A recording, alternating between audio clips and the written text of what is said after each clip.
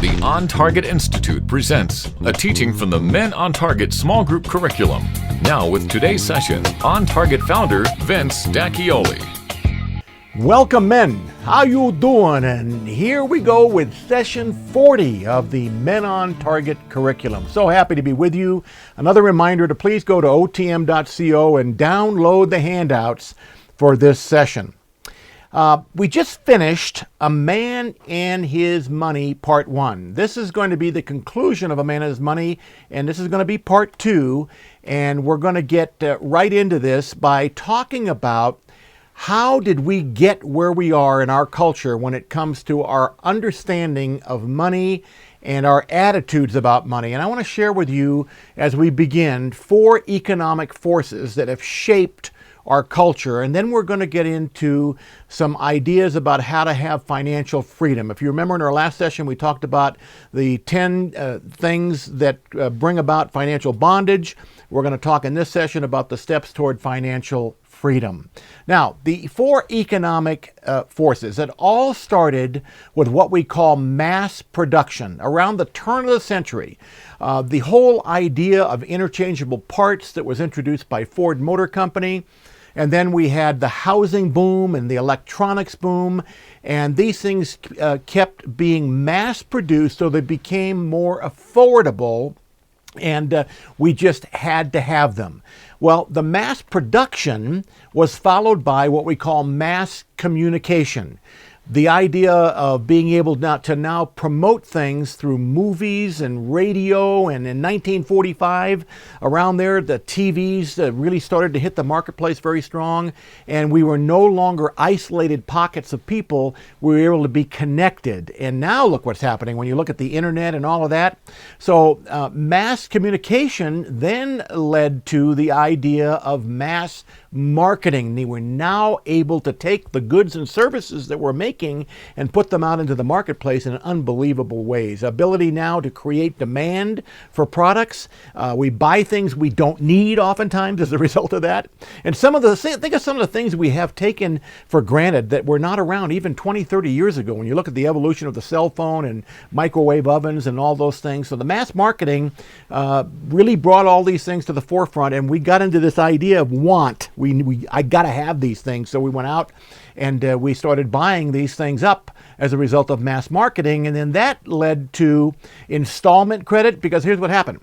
We spent all the money on the stuff that we really were told we needed, but we ran out of money and there's more stuff to buy. And so it's the basic motivation for work today that shifted from production to consumption. We talked a little bit about conspicuous consumption in our last session. So now in an attempt to get us to purchase more stuff, we had to come up with this installment credit idea where we could get things now and pay for it later.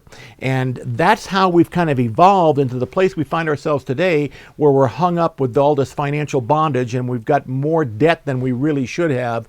And so now I want to share with you 10 steps to financial freedom. Let's kind of dig into these things. First of all, realizing true prosperity only comes from God. True prosperity only comes from God. Deuteronomy 8:18 says this: "Remember the Lord your God, for it is He who gives you the ability to produce wealth, and so confirms His covenant, which He swore to your ancestors as it is today." Realizing where real prosperity comes from is the first step toward financial freedom. Understanding that it all comes from our Lord. Number 2, rejecting false financial concepts. Psalm 1:1 says, "Blessed is the man who walks not in the counsel of the ungodly." The counsel of the ungodly talks about financial concepts that are not necessarily good ones. And they're ones that if you follow them, oftentimes will get you even into more debt, into more financial difficulty. So rejecting false financial concepts is very, very important. Number 3, Giving tithes and offerings, another important step toward financial freedom. We talked a little bit about this in our last session as it related to bondage, but here we're talking about it as it relates to freedom. Proverbs 3, 9, and 10. Honor the Lord with your wealth and with the first fruits of all of your produce. Then, that's that key word, guys. Then is a transition word. It means as a result of this, here's what happens. It's a what-if formula. Then your barns will be filled with plenty. Guys, I don't know how this works, but there's a powerful spiritual principle at work here that you cannot outgive God. Listen, with either your time or your money. You cannot outgive God. It always comes back. Number 4, keeping out of debt. What is debt? Well, the basis of debt is presumption. And we've got to be very, very careful that we do not fall into this trap. Proverbs 27:1 says, do not boast about tomorrow, for you do not know what a day may bring forth. And the way we approach life is that we just have to have all this stuff, and we're boasting about tomorrow, and we get ourselves piled up into more and more debt. And that is not healthy, especially in the world we live in today. Try, if at all possible, to get yourself free and get out of debt. A big symptom of bondage is the debt issue, and a step toward freedom is to keep yourself out of that trap. Number 5, learning to abound and to suffer need. Learning to be happy in either case. Look at Paul in Philippians 4:12. I know what it is, he said, to be in need, and I know what it is to have plenty. I love these verses. I have learned the secret of being content. This is huge, guys. In every situation, I can be content, whether well-fed or hungry, whether living in plenty or living in want. Paul understood that it didn't matter what his condition was. He learned to be satisfied. Number 6, having sales resistance. Having sales resistance is incredibly important. I mean, there are people out there trying to sell us everything, but in 1 John 2:16 it says, for all that is in the world, the desires of the flesh, the desires of the eyes, and the pride of life, is not from the Father, guys. It is from the world, and we need to understand that, and we need to have sales resistance. And it's very hard sometimes because there are people in this world that are very clever at trying to convince you that you need to have something you really don't need to have. They're artful at overcoming any objection you may have and getting you to sign the dotted line. You have to have sales resistance. Number 7, diligent and accurate planning. We talked a little bit about the importance of a strategy for living and planning when we were in our time management section, and here is where you apply it. Making sure that you're really doing some good, accurate planning, especially for your future financially. Luke 14:31 says, what king, when he sets out to meet another king in battle, will not first sit down and consider, the idea is plan, whether he is strong enough to endure? It is very important that we do that.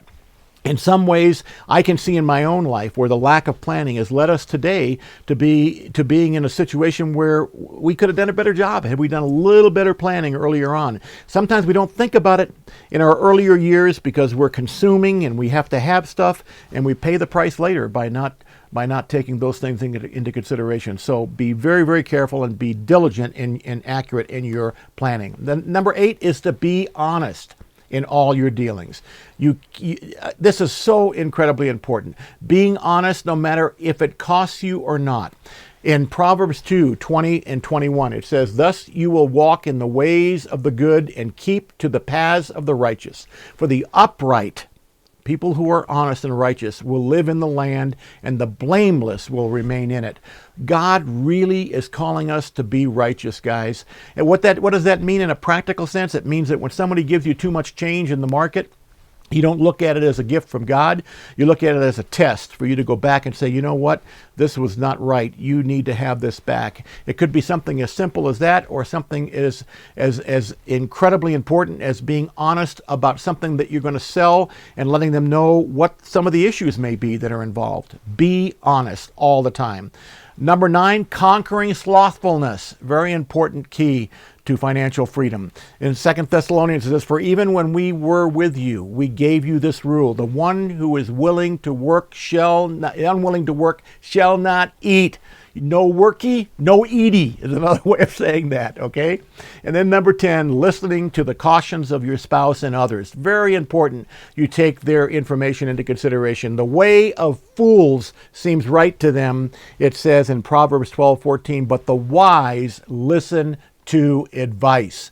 Now, let me conclude by talking just briefly about the whole idea of husband and wife and where it comes to issues in a family environment. The big argument, whose money is it?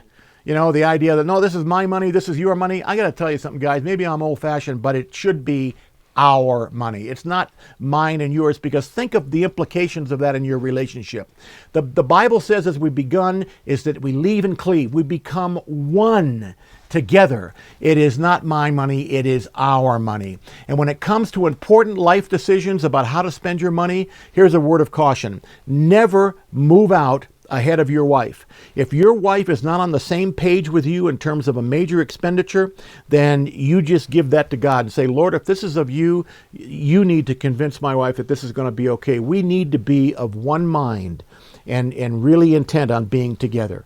Okay, it's very, very important idea. Life implication. Living in financial freedom is the secret to overcoming the enemy's plan to destroy me and our family. That is very important for us to understand. So, life application discussion. Realize true prosperity only comes from God. On a scale of 1 to 5, how would you rate yourself in these areas?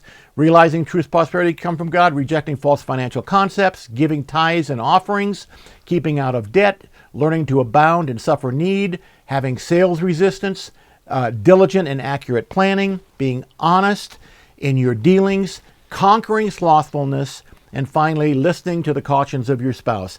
In those areas, how would you rate yourself on a scale of 1 to 5? And again, not just with the men in your group, but I also, in these last few sessions, these are important discussion questions I would encourage you to take home and discuss.